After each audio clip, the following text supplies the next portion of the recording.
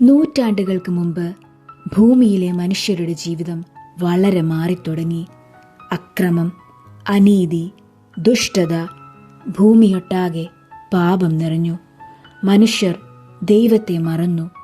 ഇത് കണ്ടപ്പോൾ ദൈവത്തിൻ്റെ ഹൃദയം ദുഃഖിതമായി. പക്ഷേ ആ കാലത്ത് ഒരു മനുഷ്യനുണ്ടായിരുന്നു. അവൻ്റെ പേര് നോഹ. നോഹ ഒരു നീതിമാനായിരുന്നു. അവൻ ദൈവത്തിൽ വിശ്വസിച്ചു, ദൈവത്തിൻ്റെ വഴിയിൽ ജീവിച്ചു.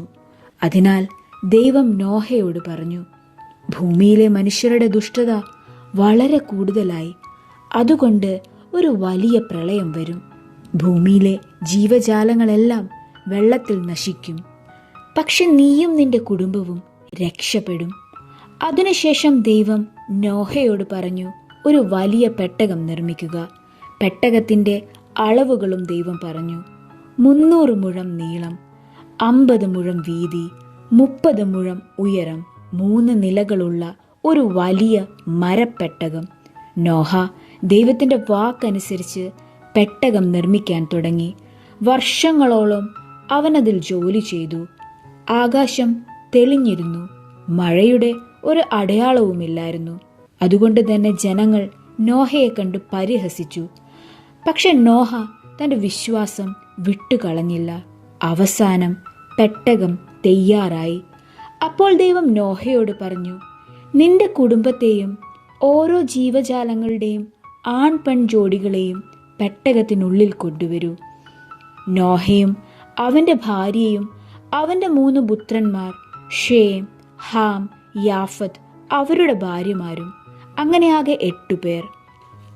പിന്നീട് ഭൂമിയിലെ ജീവജാലങ്ങൾ 2 എണ്ണം വീതം പെട്ടകത്തിനുള്ളിലേക്ക് വരാൻ തുടങ്ങി. പക്ഷികൾ ആകാശത്തു നിന്ന് പറന്നു വന്നു. മൃഗങ്ങൾ ഭൂമിയിൽ നിന്ന് നടന്നു വന്നു. ചെറിയതും വലിയതുമായ ജീവജാലങ്ങൾ എല്ലാം പെട്ടകത്തിലേക്ക് കയറി. ദൈവം പറഞ്ഞതുപോലെ ആണും പെണ്ണുമായി. അവസാനം നോഹയും കുടുംബവും പെട്ടകത്തിനുള്ളിലേക്ക് പ്രവേശിച്ചു. അപ്പോൾ ദൈവം തന്നെ പെട്ടകത്തിൻ്റെ വാതിലടച്ചു. അതിനുശേഷം ആകാശത്ത് ആദ്യ മഴത്തുള്ളി വീണു. പിന്നീട് മഴ ശക്തമായി.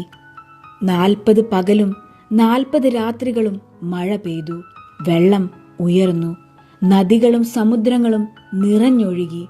മലകൾ പോലും വെള്ളത്തിൽ മറഞ്ഞു. ഭൂമിയൊട്ടാകെ ഒരു വലിയ സമുദ്രമായി മാറി.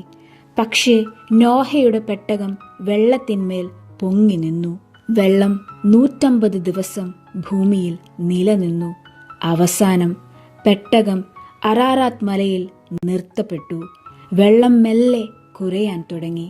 ഒരു ദിവസം നോഹ ഒരു കാക്കയെ പുറത്തേക്ക് വിട്ടു. ആ കാക്ക വെള്ളത്തിന്മേൽ പറന്നുകൊണ്ടിരുന്നു. പക്ഷേ തിരിച്ചു വന്നില്ല. പിന്നീട് നോഹ ഒരു പ്രാവിനെ വിട്ടു. ആ പ്രാവ് തിരിച്ചു വന്നു.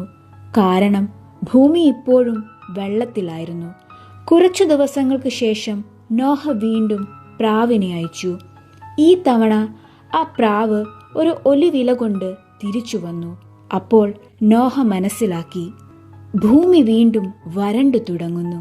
അവസാനം നോഹയും കുടുംബവും പെട്ടകത്തിൽ നിന്ന് പുറത്തു വന്നു. നോഹ ദൈവത്തിനായി ഒരു യാഗപീഠം പണിതു. അപ്പോൾ ആകാശത്ത് ഒരു മഴവില്ല് പ്രത്യക്ഷപ്പെട്ടു. ദൈവം പറഞ്ഞു, ഇനി ഇങ്ങനെ ഭൂമിയെ മുഴുവൻ പ്രളയത്തിൽ നശിപ്പിക്കില്ല. ആ മഴവില്ല് ദൈവത്തിൻ്റെ വാഗ്ദാനത്തിൻ്റെ അടയാളമായി. പ്രളയം ഒരു ലോകത്തെ അവസാനിപ്പിച്ചു. പക്ഷേ വിശ്വാസം ഒരു പുതിയ ലോകത്തിൻ്റെ തുടക്കം കുറിച്ചു. നന്ദി.